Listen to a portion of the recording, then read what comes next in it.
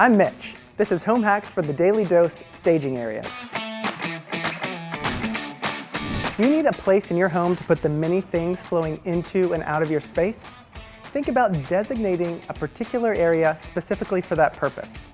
Start with a countertop or a bench where you can throw your mail and your keys, drop your gifts as you come in the door.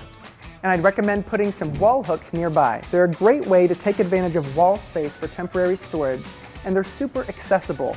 You can take things off, put them on, without another thought. My encouragement here is to keep this area open. Resist the urge to put it behind curtains or doors, because if you do, it's likely that your stuff will pile up. Near to your staging area, consider a message center. And you want to make sure with your message center that you have all the tools you need right here in the space.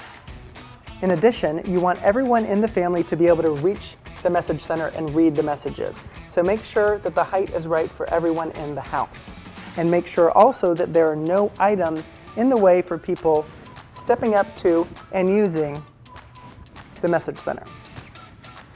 You may feel overwhelmed by the amount of stuff in this area. That is okay. Its job is to keep the rest of your house clean and tidy. Let the stuff live where the stuff lives, and let the people live where the people live. Hey look, here's a box that I need to take to the post office. Might have forgotten it if I didn't have this awesome staging area to show it to me.